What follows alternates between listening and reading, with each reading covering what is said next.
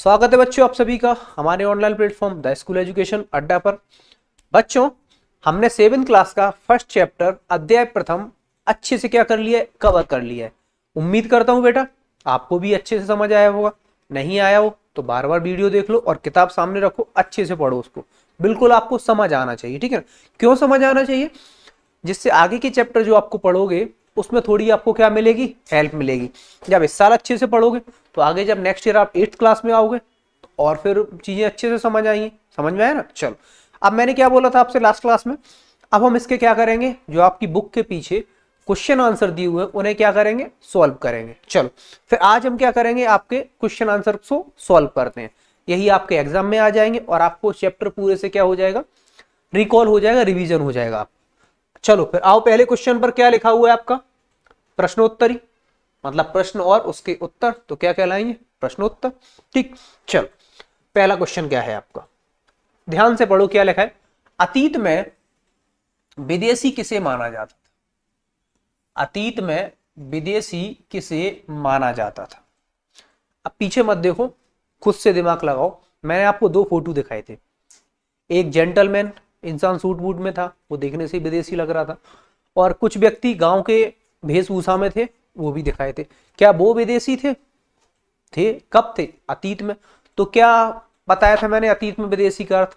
जब हमने पढ़ा था अपने चैप्टर में, शब्दावली में जो परिवर्तन आए हैं उसमें एक शब्द आपका था हिंदुस्तान, दूसरा शब्द आपका क्या था, विदेशी था। समझ में आया ना, विदेशी था ना, याद आया। तो विदेशी को अतीत में क्या मानते थे, याद है? ऐसा व्यक्ति जो किसी दूसरे गांव का हो या इस नगर का नहीं हो, उसकी समाज एवं संस्कृति अलग हो, वो क्या कहलाता था, विदेशी कहलाता था। कब? अतीत में। क्या लिखा हुआ है मध्यकाल में? अब सर मध्यकाल क्यों लिख दिया, क्या बोला था मैंने आपसे? 6th क्लास में जो आपने हिस्ट्री पढ़ी थी वो एंशियन हिस्ट्री थी, प्राचीन इतिहास था। 7th क्लास में जो हम हिस्ट्री पढ़ रहे हैं वो मिडाइवल हिस्ट्री है, क्या बोलते हैं, मिडाइवल हिस्ट्री है, मध्यकालीन इतिहास है। जो आप 8th क्लास में हिस्ट्री पढ़ोगे वो आपकी कौन सी हिस्ट्री है, आधुनिक इतिहास है या मॉडर्न हिस्ट्री है। क्लियर हुआ ना। चलो, तो क्या लिखा है, मध्यकाल में गांव में आने वाला कोई भी अनजान व्यक्ति जो समाज संस्कृति का अंग ना हो, क्या कहलाता था, विदेशी। आज के समय विदेशी का अर्थ क्या होता है, दूसरे देश का। जैसे हम इंडिया के हैं, कोई ऑस्ट्रेलिया से आ जाए, कोई न्यूजीलैंड से आ जाए, कोई स्विट्जरलैंड से आ जाए, ठीक ना, वो क्या कहलाएगा, विदेशी कहलाएगा। लेकिन अतीत में ऐसा नहीं था। पहले क्या था, किसी गांव में कोई दूसरा व्यक्ति, अगर किसी गांव में किसी दूसरे गांव से कोई व्यक्ति आ जाएगा, वो भी क्या कहलाएगा, विदेशी कहलाता था, ठीक है ना। हाँ, विदेश, ऐसे व्यक्ति को हिंदी में, विदेशी को हिंदी में क्या बोलते हैं, परदेशी, यानी परदेश का। फारसी में क्या बोलते हैं, अजनबी। विदेशी को हिंदी में क्या बोलते हैं, परदेशी बोलते हैं, और फारसी में क्या बोलते हैं, अजनबी बोलते हैं। आप क्या करोगे, ये क्वेश्चन का आंसर का क्या करोगे, स्क्रीनशॉट ले लो, जिससे आपको एग्जाम में हेल्प मिलेगी, ठीक है ना। मैं पीछे हट जाता हूं। क्लियर हुआ। चलो अगले क्वेश्चन पर, अगले क्वेश्चन पर अब क्या दिया हुआ है, नीचे उल्लिखित बातें सही है या गलत, मतलब ट्रू और फॉल्स पूछा है उसने। नीचे उल्लिखित बातें सही है या गलत है, ट्रू और फॉल्स पूछा है। तो पहला स्टेटमेंट क्या लिखा हुआ है, कथन सन 700 के बाद के काल में संबंध में अभिलेख नहीं मिलते हैं। क्या ये सही है या गलत है? अब थोड़ा सा बेटा दिमाग पर जोर डालो। हमने 7वीं का इतिहास पढ़ा था, सॉरी 6वीं का इतिहास पढ़ा था, प्राचीन इतिहास। उसमें आपने देखा था बहुत सारे राजा थे, अशोक हुआ, रुद्रदामन वगैरह, बहुत सारे राजा थे। उनके क्या मिलते थे, अभिलेख मिलते थे, ठीक है ना। क्या आप अभी आगे पढ़ोगे, या मैंने अभी आपको जो परिचय करवाया पहले चैप्टर से, उसमें कहीं भी ऐसा बोला मैंने कि किसी राजा के क्या मिले हैं, अभिलेख मिले हैं, कि अकबर के क्या मिले हैं, अभिलेख मिले हैं, या मिले हैं, नहीं मिलते थे ना, ना के बराबर। तो ये कथन सही है ना कि 700 या मध्यकालीन ईस्वी में, मध्यकालीन इतिहास में अभिलेख नहीं मिलते हैं। तो ये कथन क्या है आपका, सही है। ठीक है सर, अगला स्टेटमेंट क्या है, इस काल के दौरान मराठों ने राजनीतिक महत्व की स्थापना की। अब याद करो मैंने क्या बोला था आपसे, नए नए क्षेत्र और साम्राज्य बने, क्षेत्र और साम्राज्य में परिवर्तन आया, नए नए राजा आए। मैंने क्या बताया था, दिल्ली सल्तनत आई, आपके मुगल आए, और एक नाम और बोला था क्या, मराठा। मराठाओं ने भी क्या किया था, अपना साम्राज्य विस्तार किया था। तो मतलब इस हिसाब से मराठाओं ने भी क्या की थी, राजनीतिक महत्व की स्थापना की। ये क्वेश्चन भी क्या है आपका, सॉरी ये स्टेटमेंट भी क्या है आपका, सही है। कृषि केंद्रित बस्तियों के विस्तार के साथ कभी कभी वनवासी अपनी जमीन से उखाड़कर बाहर कर दिए जाते थे। ये भी क्या है आपका, सही है। ठीक है ना। अगला क्या है, गयासुद्दीन बलवन असम, मणिपुर और कश्मीर का शासक था। याद करो मैंने क्या बोला था, इस वंश का नाम दिल्ली सल्तनत। तो ये कहाँ रहते थे, दिल्ली के आसपास। और ये बात कहाँ की कर रहे हैं आपके, असम की, मणिपुर की, कश्मीर की। तो क्या बलवन का इन जगह शासन रहा होगा, नहीं सर नहीं रहा होगा। तो स्टेटमेंट आपका क्या है, गलत है। तो क्या पूछा था आपसे, इनमें से कौन सा स्टेटमेंट गलत है आपका, तो ये वाला चौथा वाला स्टेटमेंट आपका क्या है, डी नंबर का गलत है। क्लियर हुआ। चलो आगे चलो अगले क्वेश्चन पर। क्या लिखा हुआ है क्या लिखा हुआ है, रिक्त स्थान भरने आपको, फिल इन द ब्लैंक्स। दिखाई दे रहा है, हाँ क्या लिखा हुआ है, रिक्त स्थान भरने आपको, फिल इन द ब्लैंक्स। ठीक, चलो रिक्त स्थान की बात कर लेते हैं। सबसे पहला क्या लिखा है, अभिलेखागारों में रखे जाते हैं। याद करो, एक छोटी सी टिप्पणी पड़ी थी जिसमें एक नोट दिया हुआ था कि अभिलेखागारों में क्या रखे जाते हैं, याद है क्या रखे जाते हैं, दस्तावेज। अभिलेखागारों में क्या रखे जाते हैं, दस्तावेज।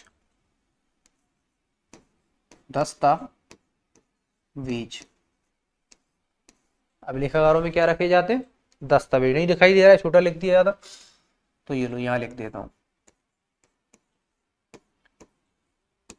दस्तावेज रखे जाते हैं किसमें, अभिलेखागारों में। ठीक है ना, क्लियर हुआ। चलो अगला क्या है, 14वीं सदी का एक इतिहासकार था, कौन था, जियाउद्दीन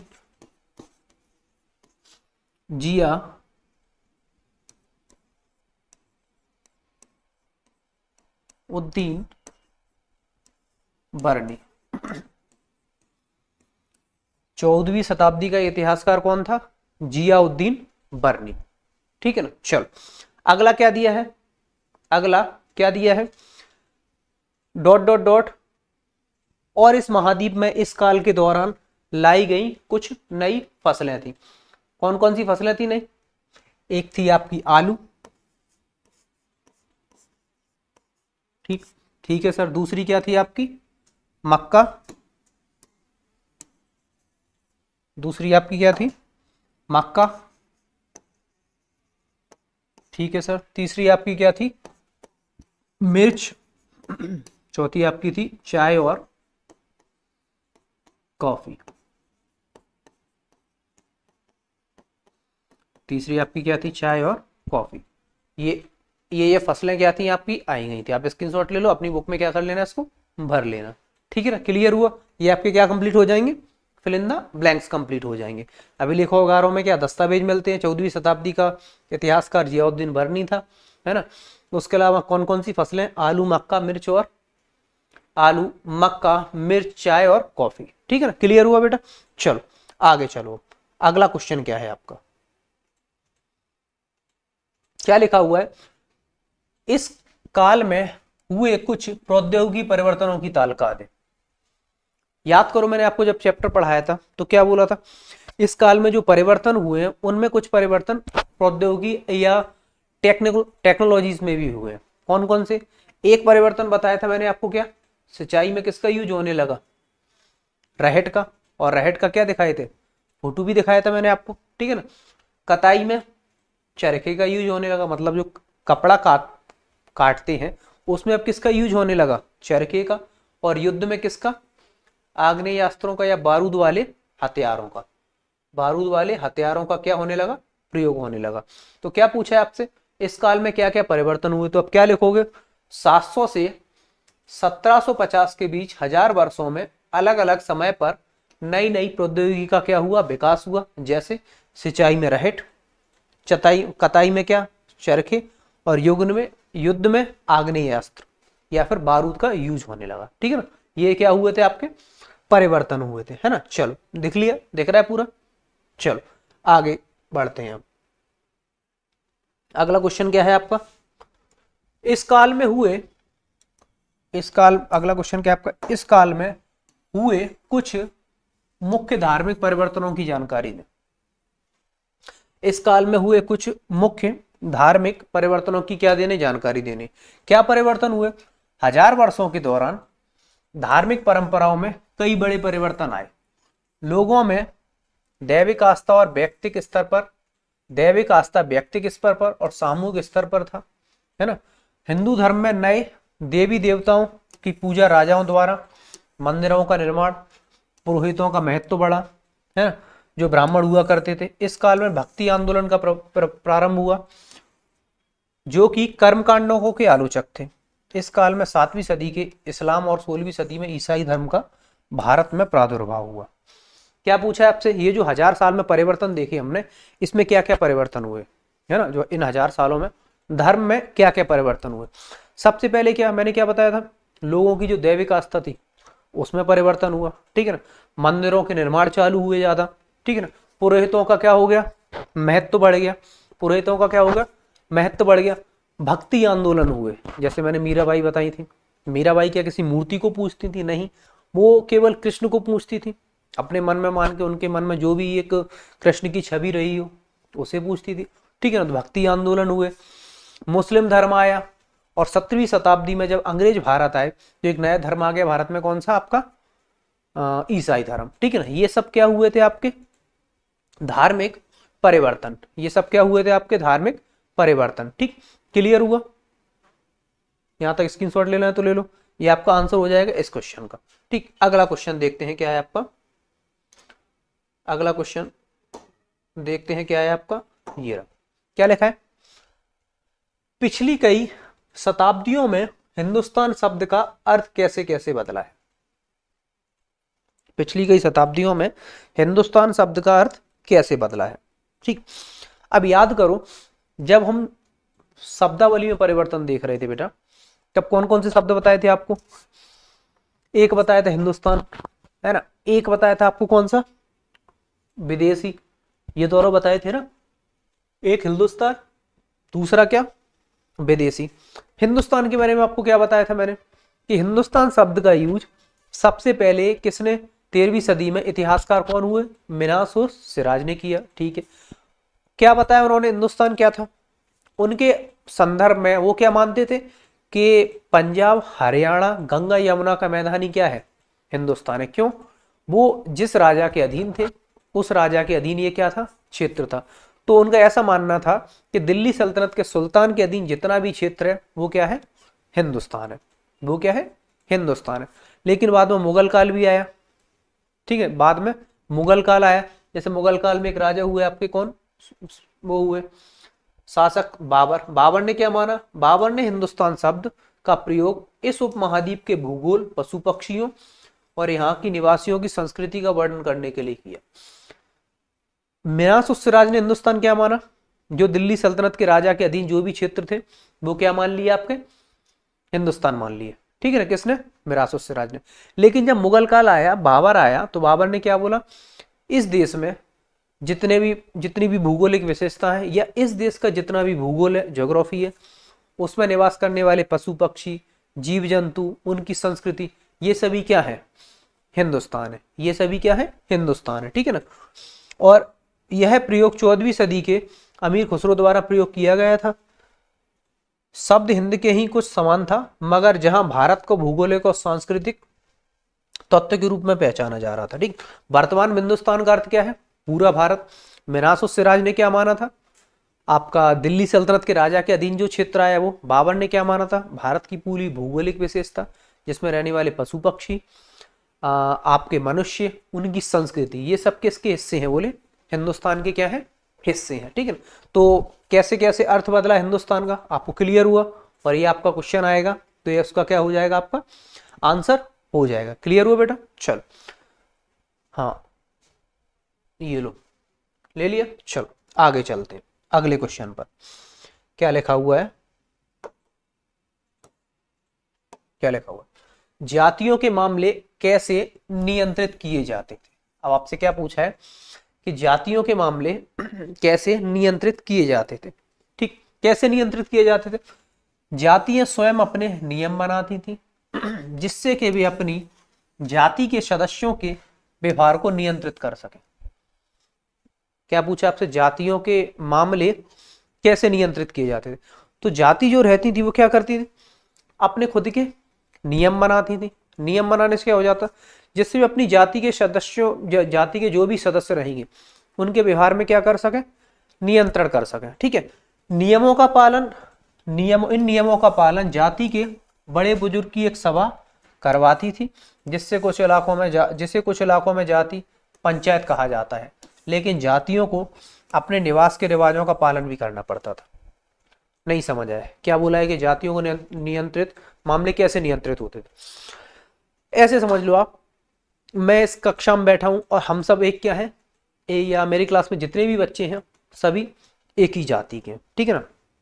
अब मैं क्या करूंगा, हम सब मिलकर क्या करेंगे, अपनी हम एक ही जाति है तो क्या कर लेंगे, अपने नियम बना लेंगे, ठीक है ना।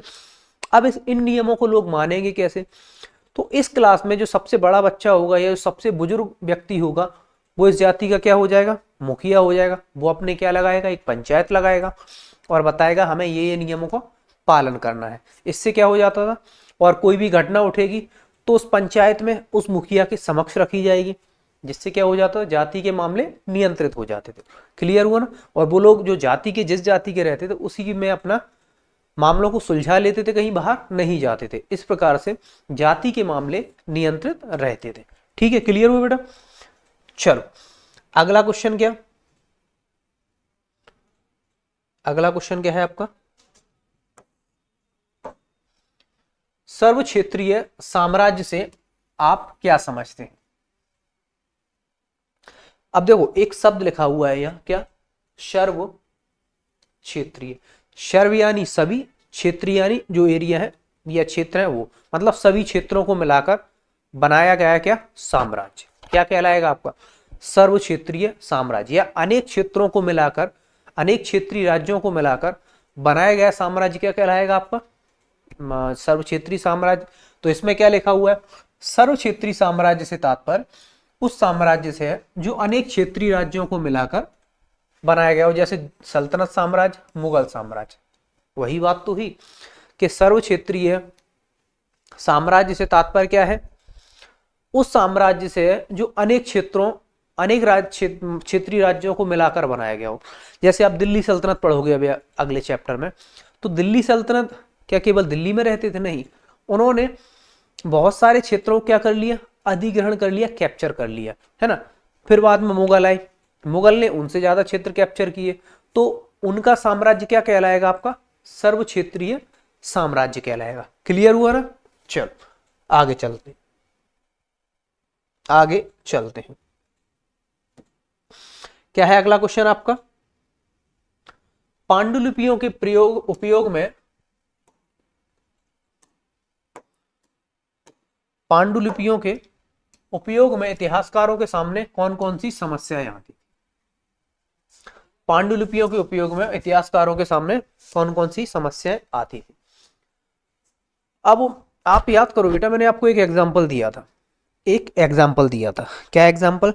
मैंने बोला था आपसे, आप क्लास के सबसे क्या हो, इंटेलिजेंट बच्चे हो, ठीक, लेकिन आपकी राइटिंग अच्छी नहीं है, आपकी राइटिंग थोड़ी ठीक ठाक है, ज्यादा अच्छी नहीं।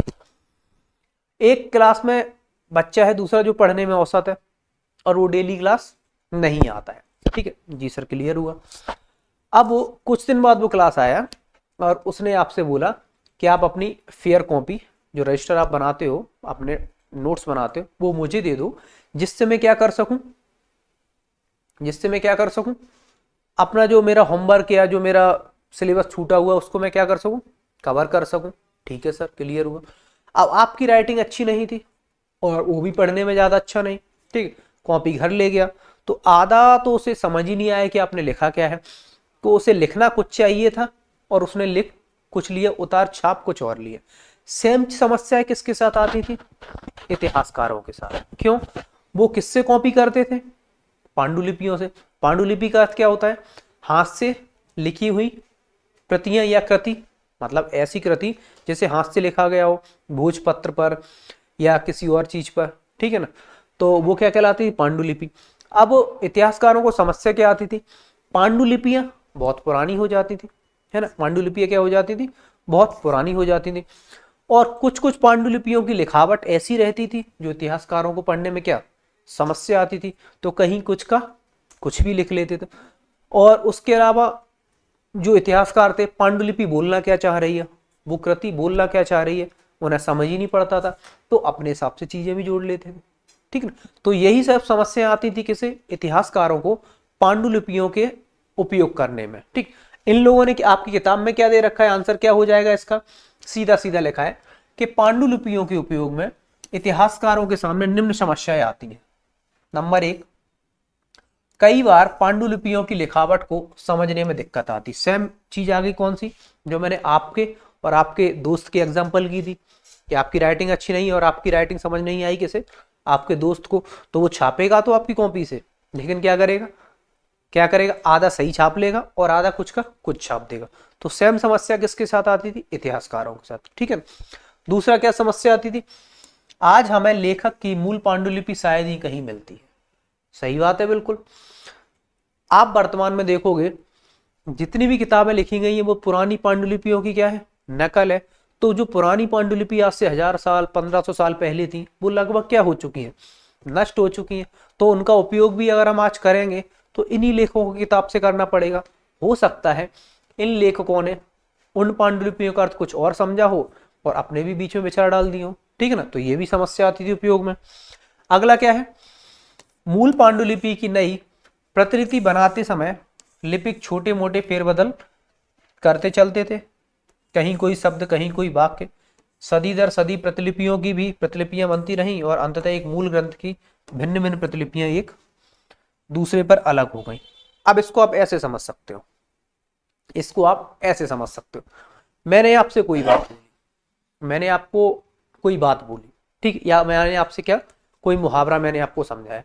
अब आप नहीं समझ पाए इस मुहावरे को, तो आपने अपने दोस्त को वो चीज बताई। तो आपने जब अपने दोस्त को वो चीज बताई तो उसमें कुछ बदलाव हो गए, थोड़े से बदलाव हुए, एक दो वाक्य के क्या हो गए, बदलाव हो गए। अब वही दोस्त ने अपने अन्य दो दोस्तों को वो बात बताई, तो उन लोगों ने भी थोड़े थोड़े बदलाव कर दिए। उन दोनों ने अन्य दो को बात बताई, थोड़े थोड़े बदलाव उनने भी कर दिए। धीमे धीमे उस बात में इतने बदलाव हुए कि जो मैंने बात बोली थी, जो अंतिम व्यक्ति तक पहुंची, वो पूरी तरीके से क्या हो गई, चेंज हो गई, पूरी तरीके से क्या हो गई, चेंज हो गई। सेम समस्या थी किसके साथ, इतिहासकारों के साथ। यहां क्या, जब पांडुलिपियों की ये लोग कॉपी करते थे, इतिहासकार पांडुलिपियों की कॉपी करते थे इतिहासकार, तो इन्हें कुछ समझ नहीं आते, तो अपने मन से ये क्या डाल देते, शब्द डाल देते उसमें, अपने मन से कुछ चीजें ऐड कर देते, अपने विचार ऐड कर देते। एक बार मान लो मैं पहली बार मैंने एक पांडुलिपि की क्या भी कॉपी बनाई, तो मैंने थोड़ा सा अलग कर दिया, थोड़े से विचार डाल दिए। अब मेरी कॉपी, मेरी पांडुलिपि की कॉपी आपने की, आपने थोड़ा सा अलग किया मेरी कॉपी को, है ना, और थोड़े विचार डाल दिए। आपकी कॉपी किसी तीसरे ने की, तीसरे की चौथे ने की, तो धीमे धीमे पांडुलिपियों की कॉपी बनती रही और जो मूल पांडुलिपि थी, जो मूल प्रति थी, उससे अंतिम प्रति में बहुत सारे क्या आ गए, परिवर्तन आ गए, और जो मूल उद्देश्य था उस पांडुलिपि का, वो कहीं ना कहीं क्या हो जाता है, अलग ही हो जाएगा, बिल्कुल। तो आप देखोगे वर्तमान में बहुत सारी किताबें ऐसी मिलेंगी आपको जो पहले कुछ और कहना चाह रही थी, वर्तमान में कुछ और कहना चाह रही है, ठीक है ना। क्यों, नकल इस प्रकार से हुई है कि समय समय उनमें क्या होते गए, परिवर्तन आते गए। क्लियर हुआ ना बेटा। चल अगले क्वेश्चन पर, और एक और दिया है इसमें, ये कर ले, फिर अगला क्वेश्चन करेंगे। इतिहासकारों को बाद में लिपिकों द्वारा बनाई गई प्रतिलिपियों पर ही पूरी तरीके से निर्भर रहना पड़ता है, इसलिए इस बात का अंदाजा लगाने के लिए मूलतः लेखकों ने क्या लिखा था, इतिहासकारों को एक ही ग्रंथ पर भिन्न प्रतिलिपियों का अध्ययन करना पड़ता है। नहीं समझे, मैंने आपको 7th क्लास का अध्याय फर्स्ट पढ़ाया। अब मैं क्या करूं, इसमें से कुछ चीजें खा के अपनी जोड़ दूं, ठीक है ना। तो आपको क्या करना पड़ेगा कि सर ने पढ़ाया मजा नहीं आया, हमें कहीं और से भी पढ़ना पड़ेगा। तो सेम चीज दिक्कत आती थी किसे, इतिहासकारों को। वो जब लिपियां देखते पांडुलिपि, तो उसमें उन्हें क्या मिलती, ऑथेंटिक चीज नहीं मिलती, कि ये चीज सत्य नहीं हो सकती। तो फिर इतिहासकारों को एक चीज जानने के लिए कई किताबों को क्या करना पड़ता है, अध्ययन करना पड़ता है। क्यों? एक ऑथेंटिक चीज, एक बिल्कुल अच्छी चीज जानने के लिए जो बिल्कुल सही हो। तो ये सब समस्याएं आती थी किसे? इतिहासकारों को। क्लियर हुआ? छोटे क्वेश्चन किया हमने, विदेशी क्या थे, क्षेत्रीय साम्राज्य क्या था, सही गलत बना लिया हमने, बड़े क्वेश्चन किए और रिक्त स्थान भी भर लिए। कुछ क्वेश्चंस आपके और बचे हुए, वो अपन क्या कर लेंगे, आपसे अगली क्लास में डिस्कस कर लेंगे। तब तक आप इनका क्या कर लो, अच्छे से रिवीजन कर लो। मिलते हैं फिर आपसे अगली क्लास में।